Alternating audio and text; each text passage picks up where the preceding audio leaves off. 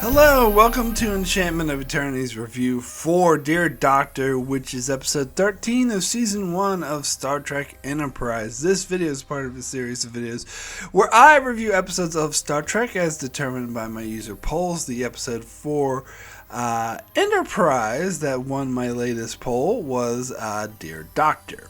Now, Dear Doctor is the episode in which Phlox, we get to see a day in the life of Phlox as he deals with a tragedy between a species that is dying from a plague, and he does in fact find the cure, but he deduces that the cure is genetic, and this is evolution taking this natural course because there's another species that lives on the planet that could evolve, and he's afraid if he saves the first species that the other species will not have room to evolve, and thus he will quash one species in favor of another. So he urges Archer to do nothing, and Archer does take his advice, and they only ease the symptoms of the plague rather than cure it, which they could have. And this, of course, is meant to be the beginnings of the Prime Directive. Now, before I get into all that huge controversy, which don't worry, I will get there. Let me talk about the Phlox aspect of this episode, because I think this is it's actually very similar to Data's Day, in which that it's a day in the life episode, and then Data's Day was like narrated by Data as he wrote like letters or correspondence to Commander Maddox.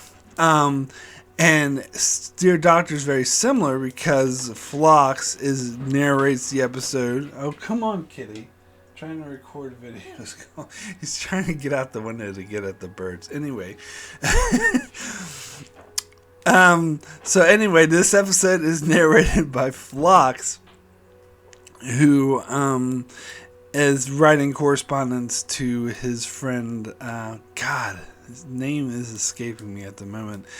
We actually meet him in season 4, where he's very clearly played by a different actor who plays the voice actor in this episode. But he has a human doctor friend who is on Denobla, so it's kind of an exchange where he's with humans and his human friend is with Denobulans, and they sort of, exchange their experiences or whatever, which is a cool concept. I really like that.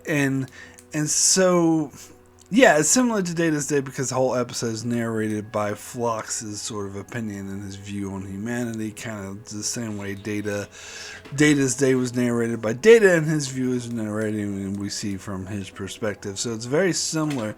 And here's the thing. Calm down. Jesus Christ. Here's the thing.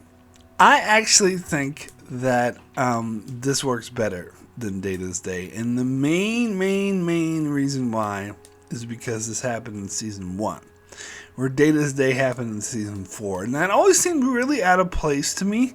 And I think it was too late for a getting to know you point of view character episode like that. Like season 4, we already know who Data is, so the episode was kind of unnecessary, but I'm not here to review Data's Day. I'm sure I'll do that eventually. Whereas here, though, it works. This is season 1, and we don't know Phlox that well, so it actually does work a lot better, in my opinion, to get us to know Phlox, to experiencing a day through his eyes, and, well, it was more than a day in this episode, but, to experiencing the events of this episode through his eyes and through his perspective. I think it was great. Now, I have made no secret at all that I did not like any of the characters in the first 2 seasons of Enterprise, save for Dr. Phlox. He's the only character I really liked that I really thought was a great character. There's some character like T'Pol's okay, but the rest of them I think they really fumbled with the human characters, and they all came out as cardboard cutouts who were like really cliche and undeveloped until then the brilliant writers of season 3 and season 4 actually managed to do something with them. But we're still in season 1, where Phlox, in my opinion, is the only good character. But I really do like Phlox a lot. I think he's a very interesting character. And I think maybe this episode is what helped like shape that opinion that I have, because it does such a great job of making him interesting, of seeing the world through his eyes. Now there's a few things, like, I think, especially later in season 1 and season 2, they kind of didn't know exactly how to define denobulans, and I think there's a lot of inconsistencies in how what their cultural hang-ups are and how they are. And there's actually a contradiction in this episode itself, which I think must be the result of maybe stuff added in after the script was written, or maybe they shot it out of order and they didn't realize they were contradicting themselves. But the episode begins with Phlox talking to all of his animals, because he has like this, all these weird animals he keeps in sickbay to use for like strange cures, which is an aspect of his character admittedly I never liked. Like, I do like this character a lot, and I do think he was by far the most interesting, best character of the first 2 seasons, but I never really liked the aspect of how he has all these strange animals. I thought that was kind of dumb, to be honest. So the episode opens up with him feeding all of his animals and talking to them and saying, now, don't take my fingers this time. And then later in the episode, like just a few scenes later, we hear through his narration, he's talking, I think actually it was just one scene later, it was just like a little bit later. We hear through his narration, he's talking about Captain Archer and his relationship with Porthos, and he says, I don't understand why Archer talks to his animal. Like, he seems to anthropomorphize his animal. I'm like, Dick, you were just doing that, like, with tons of different animals. So that makes no sense. That is a huge, in my opinion, error and mistake. Now, they do try to address this by Phlox saying, well, I must admit I do talk to my Caribbean or whatever planet it's from.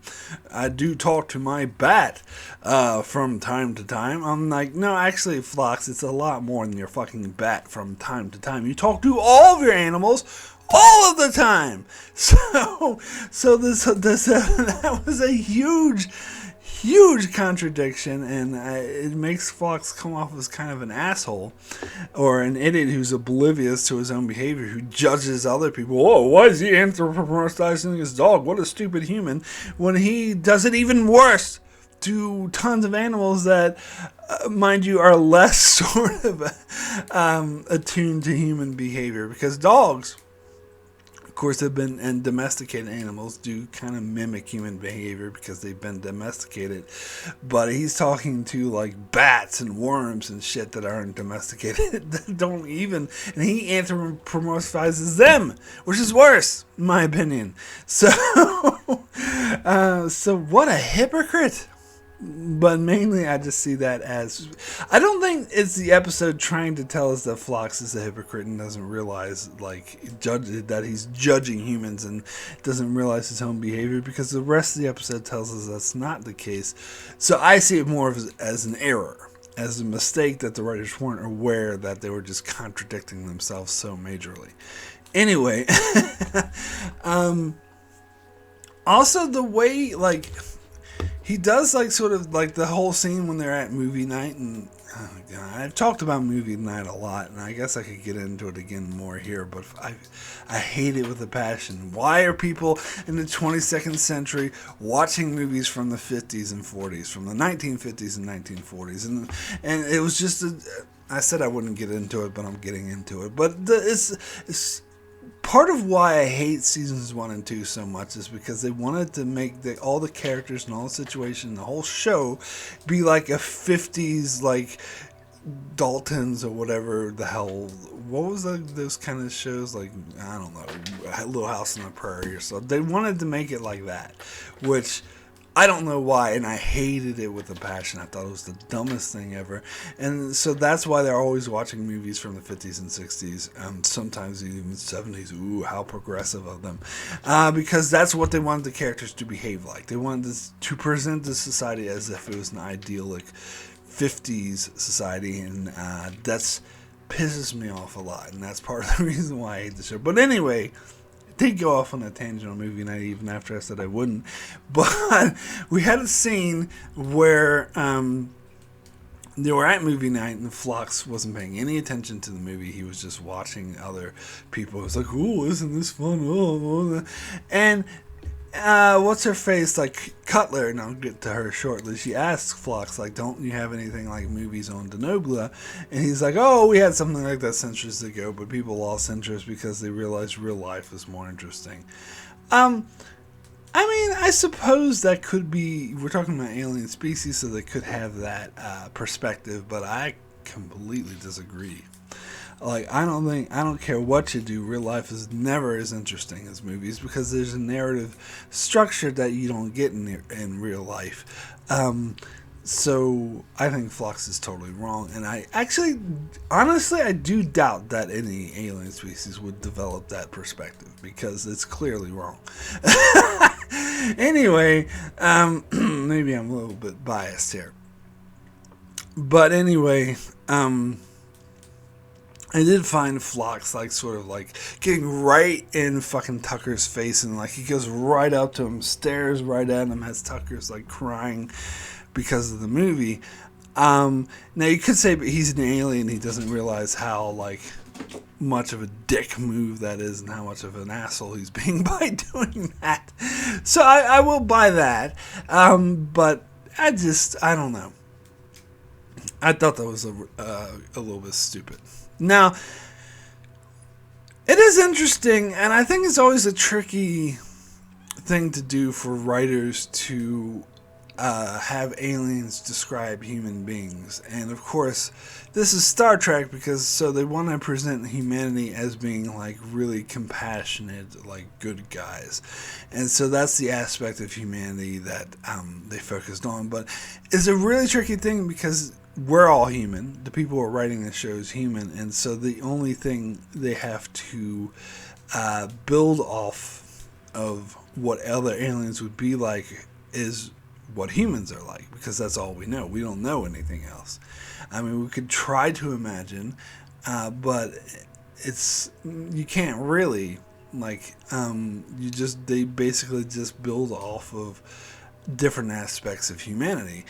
And so in that way, and that's always been actually a problem with Star Trek in general, because some people refer to it as the species or races of hats, because in that aspect, like different races, different alien races represent certain aspects of humanity, and therefore humans are always going to seem more dynamic because there's so many different aspects of them, whereas the other alien races just have one aspect they focus on. Like Klingons focus on warriors, and Vulcans focus on logic, and Bajorans focus on religion, and Romulans focus on espionage, and so it's you get stuck in that having that one trait represent. Now, there are some good writers and some good episodes that try to expunge upon this and show that there's more to this species than that. Or in Ferengis being all about profit, that's another important one.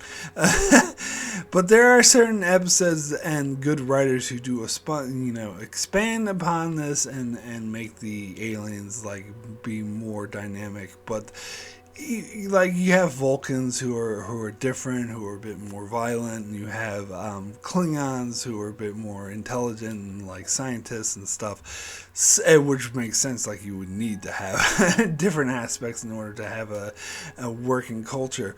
So they do like expand upon it, but it still boils down to that is the one defining trait of the culture. And that's not really, and so they're trying to do that with humanity, which, is made up of so many different cultures.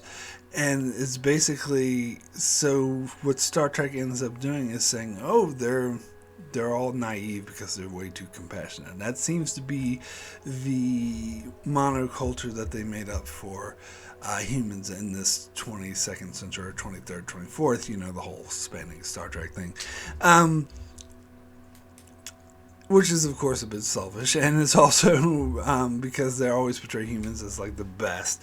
Although, to be fair, like, certain episodes like this one try to portray them as naively compassionate to the point of fault, which in fact is kind of what this episode is trying to represent, and it's definitely Phlox's perspective.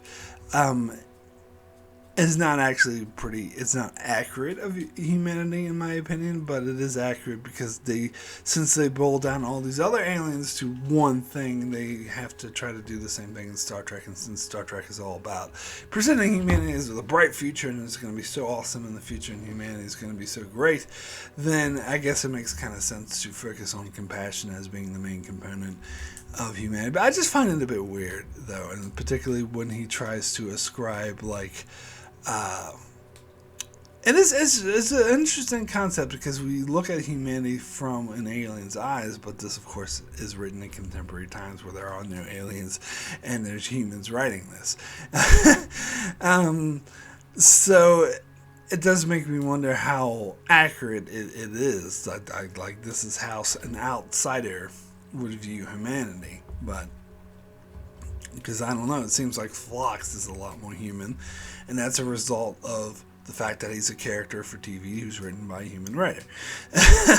And as I said, I think this aspect could have been helped more if they did a better job of definitively defining Denobulans the way they actually have with some of these other races, even though I was just criticizing it, but they have well-defined, like the Vulcans and Klingons are very well-defined and are actually become very dynamic, and so you could have an episode where you see it through their eyes and their perspective, where I think the Denobulans, of course, were just introduced a few episodes ago, and just as one Denobulan, and all we really know about him is that he's like weird.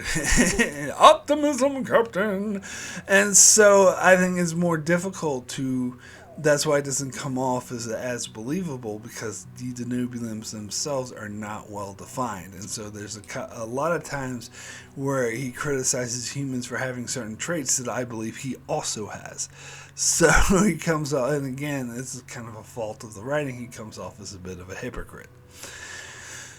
But, speaking of Ensign Cutler, I talked about this before, how I loved her in this episode. I loved the dynamic she had with Phlox. I think she only appears in one other episode, if I remember correctly, the Ryza episode where she's just assisting Phlox, and so she doesn't play as a major role as she does here. And she kind of has a crush on Phlox, but Phlox doesn't know how to react to it. And he's talking about how Denobulans have 3 wives and and whatnot. And T'Pol thinks that Cutler is just like, again, T'Pol has a lot more cynical view of humans, and so she thinks that humans just like new things, and that she'll let it go. That she's just attracted to Phlox because it's something new and shiny, and once she gets used to him and he's not new and different anymore, she'll lose interest. Which, to be fair, I don't think T'Pol is wrong entirely, but that's another conversation entirely. But I did like the dynamic that Phlox and Cutler had, and I remember saying, like, I wish that they further developed these characters, and that Cutler appeared more. Maybe they would have a romance or something. I think that Cutler should have been a recurring character, and for the longest time I was really upset and couldn't understand why she wasn't. But then I later learned that the actress who played Cutler tragically died at a young age. And during the course Enterprise was airing, so that's why she didn't appear more, which is quite tragic. I didn't realize that, and of course makes it totally excusable because she's not. If they tried to recast her, I think I would have been upset. Because she was such a minor character who only appeared basically in one episode. They tried to bring a different actress back to play. I'd be like, who the hell is this? Because they haven't really established her enough to recast her. So they really had to just stop using her after the actress died. That was just a consequence of real life coming in. But an alternate reality where the actress didn't tragically die at such a young age, it would have been nice. It would have been nice for her to become a recurring character, and I like to think that had she survived, that she would have. that they would have further developed it, because I think that is a very strong aspect of this episode in particular, is their relationship. And there's another part of this episode where I think Phlox is being a bit too judgy of humans, and kind of coming off as a bit of a hypocrite when when she sees the mink, who is like, the lesser evolved race that lives on this planet, and she sees that they're kind of living in camps and whatnot, and the Valachians, they say, the Valachians care for us and they give us everything that we need, yet they don't let them like live in fruitful places or fend for themselves. They sort of corner them off in these camps and like provide them with all their food and whatnot, and don't let them sort of curtailing their development, which I thought was a bit maybe too on the nose. And I think this is the writer's sneaky way of trying to get you to be on Phlox's side when we get to the big dilemma. But Cutler, of course, is instantly put off by this, and Phlox is like, he thinks this is a stupid human reaction. He thinks that she's injecting human values into an alien culture, which I actually think Phlox is wrong. Now, maybe because I'm a stupid human, but I think he's being sanctimonious and, again, a bit hypocritical here. I think this is the writers, again, kind of fouling up a bit, and I think they actually did this better later in season 2 with the episode Cogenitor, which I already covered, where you did have Tucker injecting human values into an alien cultural situation. Now, in that case, Tucker was also correct that the way they were treating the cogenitors was wrong, but he wasn't taking cultural context into account, which is what it doesn't change the fact that they're being oppressed, and that's bad and it should end, but it's not as simple as that. In order to correct it, he needs to take cultural context into account. So they did a much better job at it in that episode than they did here, because here, the cultural context doesn't really make a difference. Because part of that is because they didn't get into as much detail, and it seemed really simplistic, and they made it too blatantly obvious that the Valachians were, even if they weren't, like, the mink themselves thought they weren't being mistreated, but that's because they were kind of naive and too naive to see, and because they've been conditioned also that clearly they were being mistreated.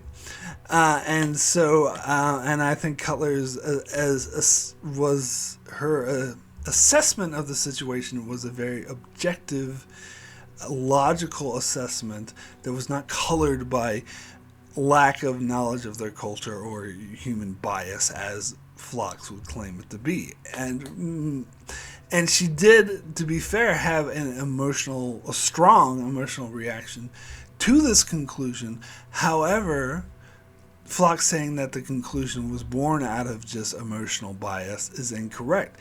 The conclusion itself is logical and objective. Her reaction to the logical conclusion is emotional, and there's a difference there. So I think, and again, this is kind of maybe miswriting Phlox a little bit with his reaction. Well, you're just judging it by your own culture. I think he's being sanctimonious, and I think he's fucking wrong. Anyway. But I do really, really love this episode. I want to re-emphasize this, and I love the dynamic in it. Now, let's go ahead and get into this controversial subject. I've been dancing around it for a long time. Let's dive into this. So, the whole episode is about these aliens who are dying off from this plague, and Phlox tries to come up with a way to cure them, and the aliens keep like pressuring Archer, like, please help us, we're suffering, we're dying, and Archer sees the dying in front of his eyes, and he like gets really upset and like pressures Phlox to try to find a cure, and Phlox determines that the virus, or not the virus, but the plague is genetic. It's not viral. It's not a virus. It's genetic, and so he tries to find a cure.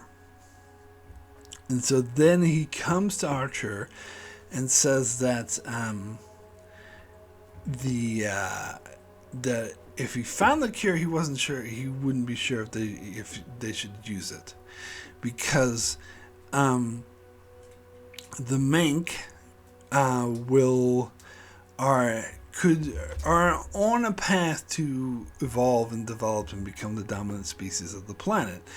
And he thinks that the natural evolutionary process is that they're meant to be to evolve and become more than they are, and it's natural evolution that the Valachians are dying off because they need to die off in order for the Mank to progress. And so Phlox fears that if he saves the Valachians, that will inadvertently affect how the Mank evolve naturally and may in fact curtail their evolution. And so by saving the Valachians, they may be dooming the Mank and preventing their natural evolution. And so Phlox urges Archer not to give them the cure because doing so would fuck with the natural evolution of this planet.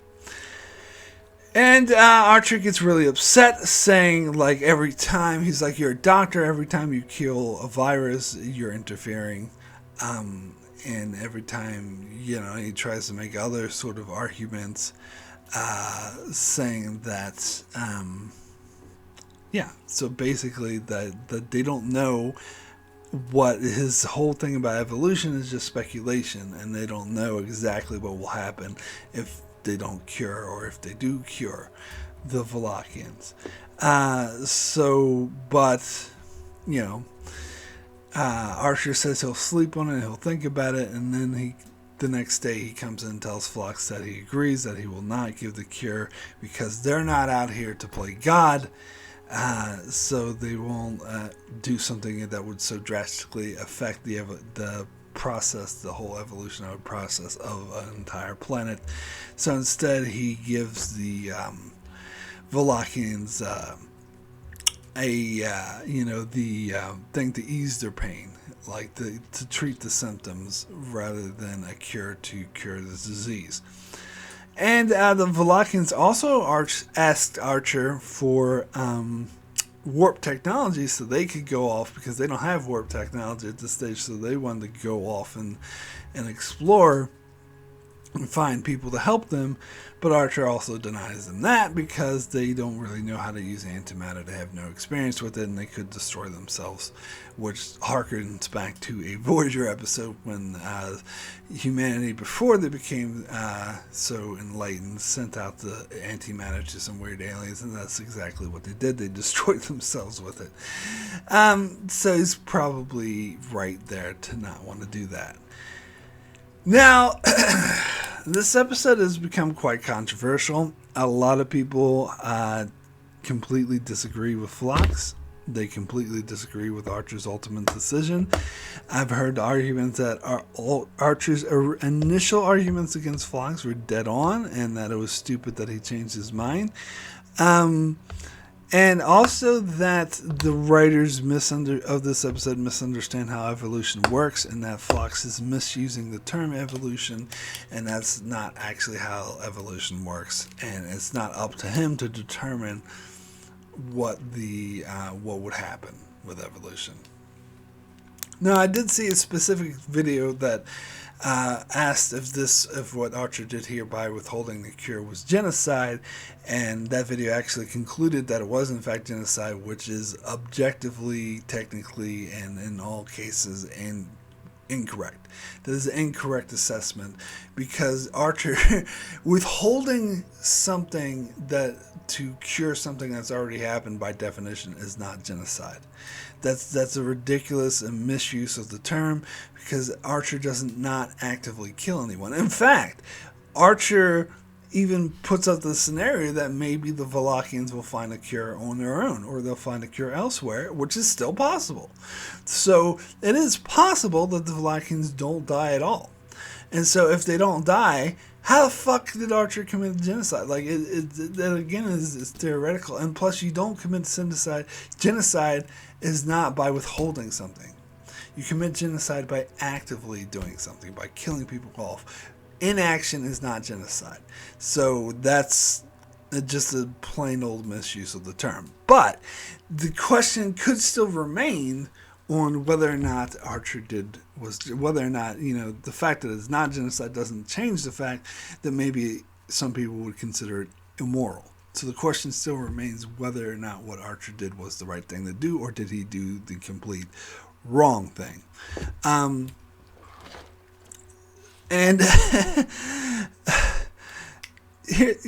so I'm actually, and I've heard a lot of people really upset over this, and they think that Archer absolutely did the wrong thing. But you know what? I actually side with him.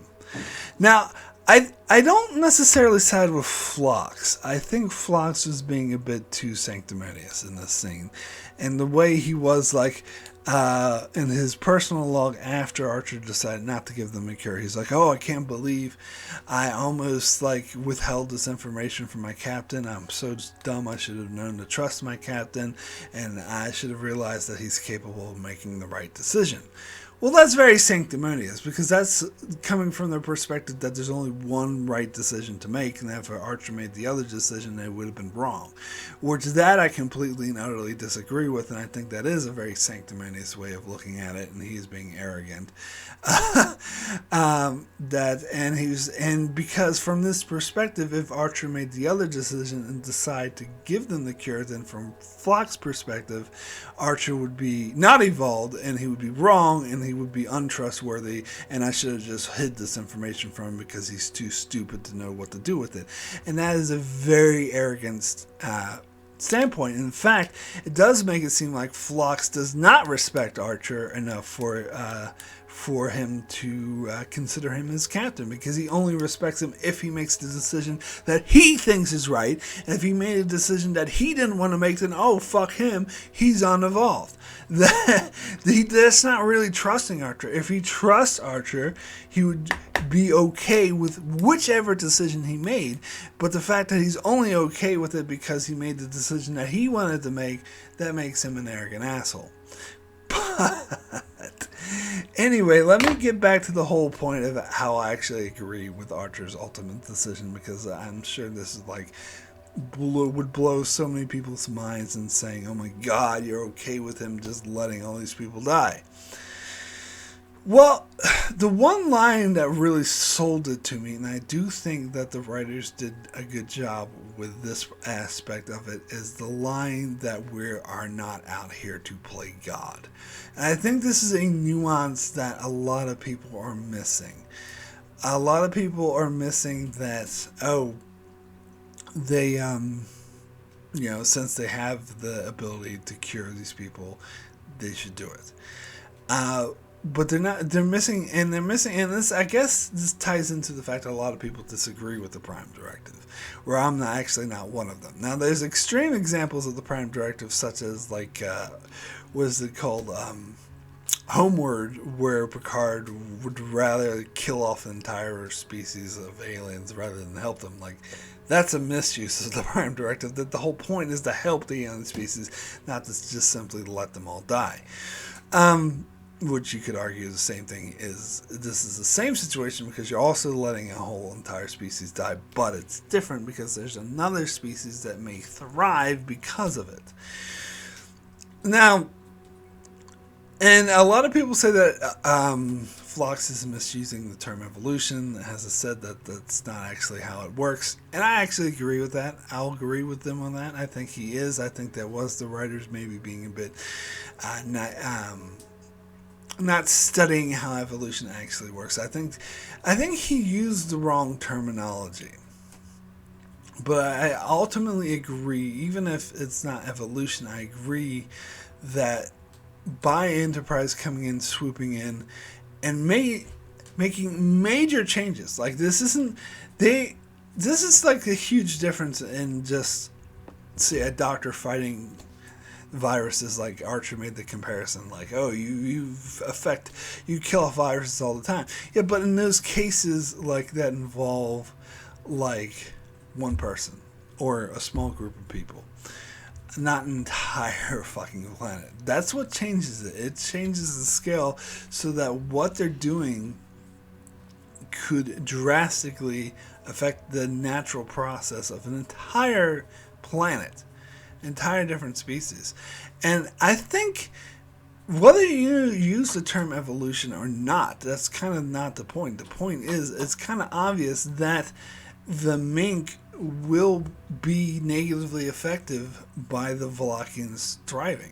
And I think that's why they made a point to point out how mistreated the mink were, even though they think they're treated fine, that they are being suppressed, actively suppressed by the Valachians.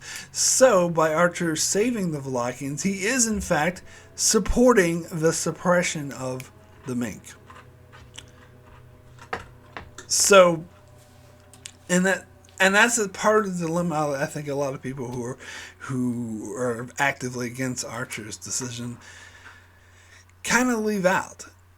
And so, and this is why I think the whole genocide thing is a bullshit way to phrase this dilemma, because the whole point here is Archer is not going to interfere. And again, this gets back to the whole Prime Directive. Is that rather, because if he chose to cure them, he's actively involving himself in his planet's affair. He's choosing a side. He's choosing Valachians over mink. But by doing nothing, he's not choosing mink over Valachians. He's saying, I'm just not going to involve myself. Whatever happens, happens, but I'm not out here to play God. It gets back to that core line, which I think is the most important line of this episode. We are not out here to play God. He's not going to decide, I'm going to decide the path because I'm the righteous white human, or I shouldn't use the term white, but the analogy is there.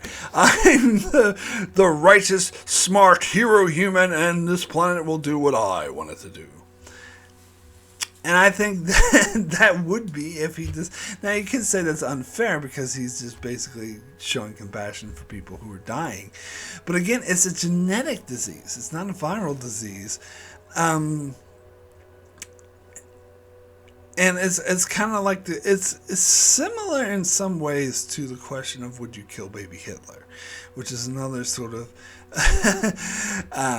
philosophical debate, because you're killing a baby either way you look at it, and killing babies is wrong, but on the other hand, if you do, then that will prevent the genocide of entire people. But the main difference between, again, boils down to the main difference between this analogy and that analogy is, in that analogy you're actively doing something. In this analogy you're choosing not to interfere and let whatever happens happen.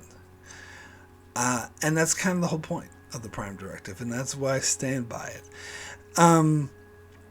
Because maybe, as I said, maybe the Valachians will find a cure. Maybe the mink will help them, and maybe this plague will in fact be a horrible thing, and people will die in horrible genocide, and the mink will be negatively affected by it, and it will be a huge devastation to the planet. Or maybe the mink will help, like the Valachians, survive, and the Valachians will learn a better appreciation of the mink in the future, and it will work to the betterment of both species. Maybe this could be a great thing that Archer didn't interfere. You don't know. And that's the whole fucking point. That's the whole point of the Prime Directive, is that because people are arguing against Phlox because, he's just speculation, he doesn't know what's going to happen. Exactly. And so is what helping them save the Valachians is also just speculation. You don't know what's going to happen. So the best action is to not play God. Do not play God. Do not say, I'm going to be the savior. When you could, in fact, be negatively affecting the whole course of an entire planet. 2 entire species could be completely affected because you arrogant ass thought you were arrogant enough to play God. Now, I know there's a lot of people who are going to be upset and angry over that interpretation, but that's honestly the way I see it. I think, and that's why I believe in the Prime Directive. Because the whole point is to not interfere in regular course of action of an entire planet, so that whatever was supposed to happen happens. Now, it could be tragic, it could be great, you don't know, but it's not up for you puny little human, to decide. So yeah, that is why I agree with what Archer ultimately decided to do. But as I said, I don't think it's as black and white and as definitive as Phlox makes it out to be. Because if Archer did, in fact, decide to give them the cure, I wouldn't blame him. I wouldn't say that was necessarily the wrong, bad thing to do. Because even though I just said the thing that he would be playing God and be like, oh, the hero is, but it is coming from a good place. And maybe it would have been the right thing to do. Maybe the Valakians are going to die horribly and the whole planet's going to suffer because of it.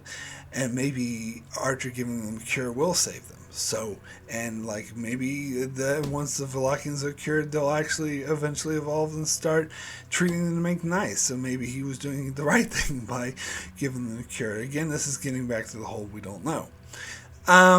So I still ultimately think not interfering is the best decision. I still would understand if they did, because again, it's coming from a good place of saving lives.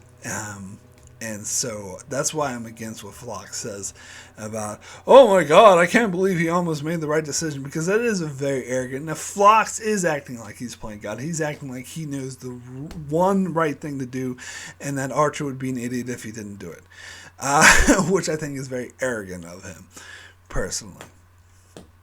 Anyway, I love that an episode of Star Trek like this can derive such a heated debate and such a really interesting philosophical question that can be pondered over. I think that is a mark of a really good episode, which is why I do really like this episode a lot. Regardless of where you fall on the line of was this decision right or not, it is a interesting moral dilemma and question that is posed in a really good way that sparks debate, rather than an episode that tries to pose an interesting moral dilemma but fails utterly, and it comes off as a complete and total disaster that doesn't actually make any sense. Excuse me. Anyway, so this episode actually does a great job of posing this moral dilemma. And at the same time, it really explores like the best character in the show, and is part of the reason why he's the best. And it makes him a very interesting and dynamic character, even if I disagree with him and think he's being arrogant from time to time. It's a great day in the life episode with a great moral dilemma. So it's a great episode. So my rating for Dear Doctor out of 10 is a 9. Excellent. One of my favorite episodes of season 1, which majority of season 1 I did not like, as we know. I think this is one of the few exceptions where they really nailed it. And even though the 50s thing they try to do with Enterprise did piss me off about this episode, but overall, I think it's pretty good. So that's it for my review of Dear Doctor. I shall be back to cover many more Star Trek videos and videos of many other shows like The Expanse, Breaking Bad, The Outer Limits, and more. So be sure to subscribe so you can keep up with all of that. And thanks a lot for watching.